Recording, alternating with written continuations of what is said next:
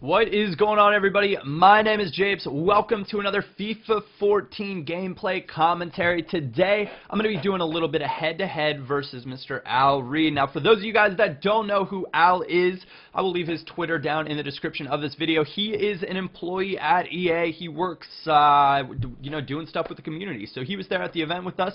He offered me a game. I accepted.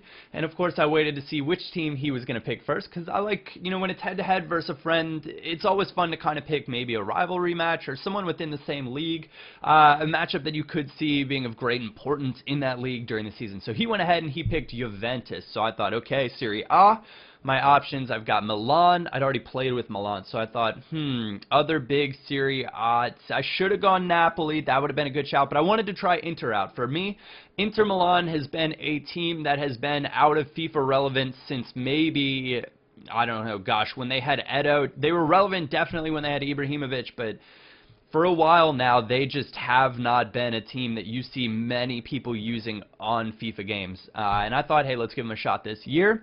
They've got a few new signings I know of, or I think they have a few new signings, so I thought we'll try them out, give them a shot, see exactly how it's going to play out. So I was really unfamiliar with their lineup, and I'm sure many of you guys will kind of know this feeling when you first get the game. Some of the teams you don't really know. At this point, I was loving the 4-1-3-2 formation. I was kind of disappointed that the formation was not in, and that guy Mateo Kovacic is unbelievable on this game. He is an unbelievable central midfielder.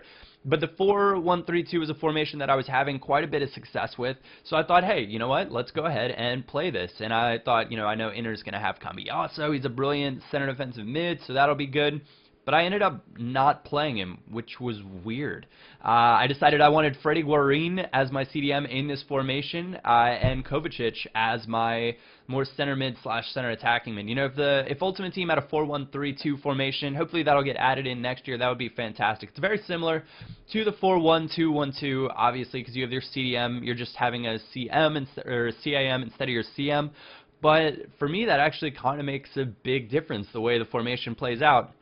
Now, Al is going to be using a 3-5-2 formation with Inter Milan, or with Juventus, which is obviously very good. They've got 3 outstanding center backs, maybe even 4 if you count, count Bonucci. But you've got Barzagli, Chiellini, and Igbana. If you put Bonucci in there, then they've got 4 unbelievable center backs, as well as a super stacked midfield with Pirlo, Vidal, who is unbelievable in this game as well, and Paul Pogba. And then their attack sometimes can leave you wanting a little bit more, but maybe not in real life, because Fernando Llorente is actually quite a good player. So on we go into the match. This game, you can see it's only 10 minutes long, so it's a little bit different than my other gameplays. I decided just to show the highlights in this one. Let me know if you prefer this style or if you prefer seeing the entire match. Sometimes I think the whole match is nice because you get a real feel for the game. Other times it's nice just to see the highlights because, 20 minutes is a long time to watch one game of FIFA. But without further ado, we're going to go ahead and get into the game. Oh, I forgot they had Carlos Tevez. So Inter does have quite a nice, Juventus does have quite a nice attack as well. But I'm going to touch briefly on the demo. I asked you guys this morning, I said, guys, what are your thoughts on the demo so far? Been out for 24 hours now. Let me know kind of what you think about the game. Now, I saw a couple things like, oh my gosh, Japes, finesse shots are so OP, and we've touched on that before. I've come out and said in multiple videos, as well as on Twitter, that EA knew of the problem by the end of the event that we were at, and they were doing stuff to fix it. So that's really not something that you guys should be worried about. Now, a lot of people were like, the touches, oh my word, the touches, it's terrible. And that's because you have to play FIFA 14 differently than you play FIFA 13. In 14, you cannot just hold down sprint at all times and then use the left trigger to save yourself. Now, I was definitely guilty of doing this in 13. It's one of those things that I guess I kind of took for granted as how easy it was. But if you think about it, in real football, in real life, a player going 90 miles per hour, obviously not 90 miles per hour, but for the sake of this example, 90 miles per hour on a sprint and then just instantly changing directions, it just never happens. So they're also not going to be able to keep control, except for maybe your world elite players, your Ronaldo, your Messi. Then if you're sprinting, you'll be able to keep control. I'm going to upload a video on one of the the skill games that actually kind of made the learning curve a little bit better for me with dribbling. So if you guys are struggling that when the first game drops and comes out, maybe an early release or whatnot, have a play at some of the skill games. It really actually does help this year with the learning curve between 13 and 14. In this game, I was talking to one of my buddies, and he said this game, for anybody that's played, quite a bit of real football in real life, they are going to love this game because the pace of the game feels very much more realistic. And I would agree with that for the most part. Now, some people said, the game feels kind of clunky. That's just because of the way the touches now work in the sprinting, and a lot of people commented and realized it and said, hey, you actually have to do a lot more build-up play this year, which is fantastic, but it also can be frustrating because you'll do all this build-up play, you'll get a shot, and then you won't score, and you're like, oh my god, am I ever going to score? This is starting to get ridiculous, just like the scoreline in this game. Sorry, Al, but this game had to be posted, and it's largely because of this sequence and this goal right here. You're going to see Nagatomo out wide. Nagatomo was a left mid. This is Kovacic. Just a fantastic player, 19-year-old Croatian. I was very unfamiliar with him until playing this game. Lovely little scissor kick there from Milito to put it away after a nod back from Palacio. And I was unfamiliar with him, but he's definitely a player I'm going to be looking to pick up on Ultimate Team. Just a joy to use in head-to-head, and I can only imagine that with the way stats get boosted in Ultimate Team, he will be even better. So I touched on it before too. Serie A, definitely a league to look out for, I think, in Ultimate Team this year. A lot of quality players in that league. Nice little over-the-top ball. Ricky Alvarez had to try it. I had to try it. Sometimes you just got to do your best to put it away.